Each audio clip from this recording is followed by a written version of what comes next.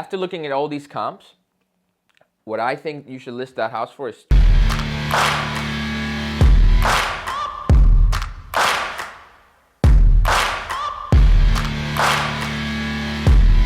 Hello there, ladies and gentlemen. If you don't know, my name is Aram. I'm a real estate agent with RE/MAX First. And today we got two team members here, Sophia and Eddie. And I'm going to show them how to run comps because Eddie here is selling a house this Saturday.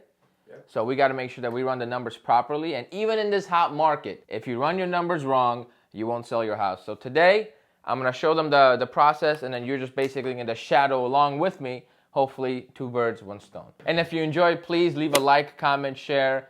Ask me any questions in the DMs, in the comment sections, whatever you need to do to get a hold of me, feel free. I'm happy to help. Okay, so first order of business is to look at what we refer to as the subject property. That's the property we're trying to pull comps for and figure out what it actually is worth. So we're not going to mention the address, but it's a property in Plainfield. We have 4 bedrooms, 2.5 bathrooms, and a partial basement, 2,200 square feet. There is an association fee of $200 a year, which is not a big deal. We look at the room sizes real quick, 14 by 17. That is a massive, massive bedroom. 12 by 12, 12 by 12, 11 by 11. So great room sizes. There's also an office, an eating area, which is nice, and all the other basics that a 2,200 square foot home is going to come with. Now, is the partial basement finished? It is partially finished. All right, so these are all the information we keep in mind. Now, let's look at the quick photos we have of the unit. Right now, we have not seen the property, so we don't know if it's going to be updated or not. So we're going to pull comps assuming it looks exactly the same we see in photos. If you get there and it's better, then you just make that adjustment as you arrive, okay? So that's the best thing about if somebody bought a home after 2008, we can find it on the MLS. Like this isn't like outrageously dated where someone can't live in it, right? It just needs a little bit of touch up here and there, and that's what we're looking for. No major updates are needed. Someone can move in and enjoy. Yeah. Very nice lot, fully fenced. So we're going to clock that, okay? And a deck. So if we see a property that doesn't have a deck and it's not fenced, then we can kind of add that to the value or take it away, okay? And let me show you what criteria we look at when we pull comps. Number one is obviously location. You don't want to be looking at places that are in the next city over or even like a mile away, right? You want to be as close to that house as possible. And I always start every search with, a half a mile radius. But more importantly, I look at the map and I see what neighborhood that is. So if I see comps in this neighborhood, I'm gonna weigh them more than if I see a comp over here, or even down here. Right? Because sometimes every neighborhood could be different just because they may have sidewalks, they may have cleaner grass. This one has an HOA, they might actually have lights, So that all brings, different value to the property. Right away, I'm seeing a lot of houses that are active. However, let me quickly take away the ones that are supposed to be contingent. Okay, there's only 2 active homes, a 330 and a 430. So right off the bat, we have a benchmark for where we're gonna be. So the only one that's actually available is a brand new house, and it just hit the market, and it's $430,000, right? So that's good to know. We can't really weigh that too much because we don't know. Has it been multiple offers already, or is it going to sit for like a couple weeks? So I'm probably not going to pay attention to it. But it's good to know. That's your only competition. So what the point of these comps is, we number one look at what happened in the last 6 months, and then we try to basically make adjustments for what we think will happen in the next 6 months. Does that make sense? Yeah. Like, for example, if you see that the market's going, right? And then the comps are showing, let's say, 300K. But the market has gone up. You can tell your client, the comps show 300, but with the market constantly growing, I feel with demand, we might be able to get 310. But it's up to you, right? And then you let the client make the decision on how they want to approach it. So now we put 6 months. I come back and make sure we see what's sold and what's pending. The difference between contingent and pending. Contingent just means basically they're still in the process of either getting financing, a tenant review, or something. Pending means the clear close has been given and it's just literally a matter of time until it closes. Oftentimes when it's a cash deal, you'll see pending a lot more often, right? But most agents, me included, even if it is clear to close, I'm not going to go in here and mark it pending, yeah. Right? I'm just going to mark it closed when it closes. So basically, in the long, it's the same thing, but if clients ask, that's the only difference. Okay? So we have 35 matches. That's overwhelming. So now let's narrow it down to as specific of a home we can get. So how many bedrooms do we have? 4 bedrooms, 2.5 baths, right? So let's look at only 4 bedrooms and only 2.5 baths and see if we can limit this search. Because we don't need that many. 14. We can live with 14. So let's look at these comps and see what's going on. Again, I'm going to weigh these a lot heavier than I'm going to weigh these. But we just want to make sure what's going on in the neighborhood. Because at the end of the day, if you buy something here, you'll buy something here. So we got this bad boy right here.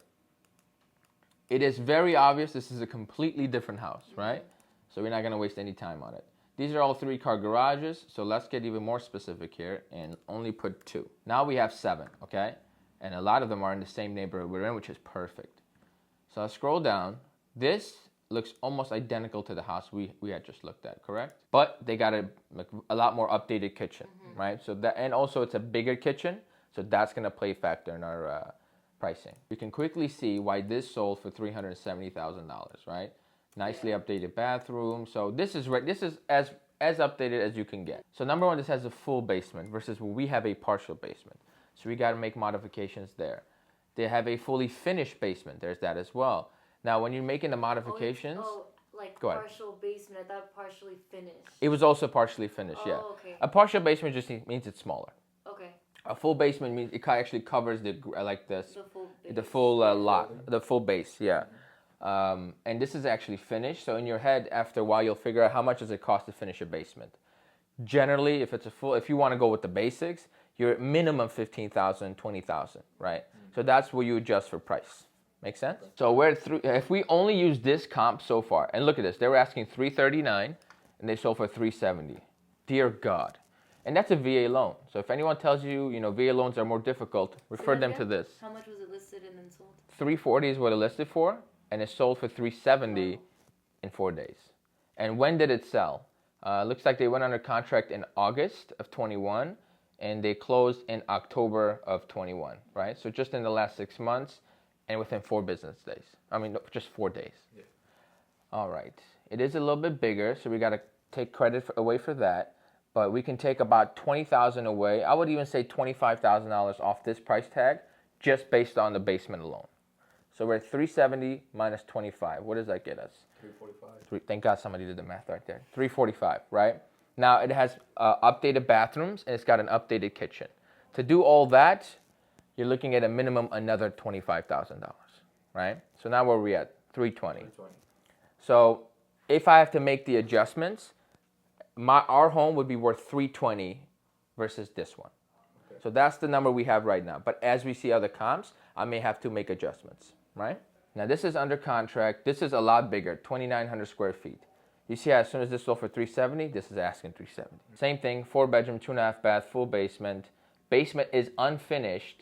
And did they have multiple offers on this bad boy? I don't think they did, but let me see. You look at how quickly a home went under contract. Let's see. They listed on the 19th, under contract on the 22nd, came back, and then under contract again. So there was definitely a lot of demand for this one, okay? Which means my 320 initially, while it was accurate for that 370, I now have to adjust it for the demand because now this has an unfinished basement and the same amount of people are looking at it, right? So ours might be a little bit worth more than 320 right now. Without a doubt, it is not as updated as the other. It's literally the same kitchen, just not as updated, right?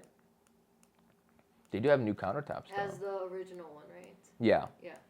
The other kitchen is actually the same kitchen. They just resurfaced the cabinets white. Oh. So it goes to show how much just resurfacing cabinets goes, right?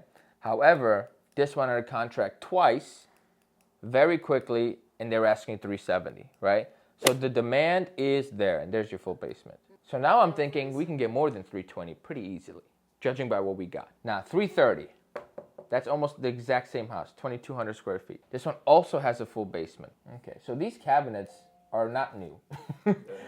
This is also that exact same layout. They just took the photo from this angle, and these are not resurfaced, right? Or they just literally painted them very sloppy. You could kind of tell they're not in good shape, right? But they have nice countertops, and good floors, good appliances.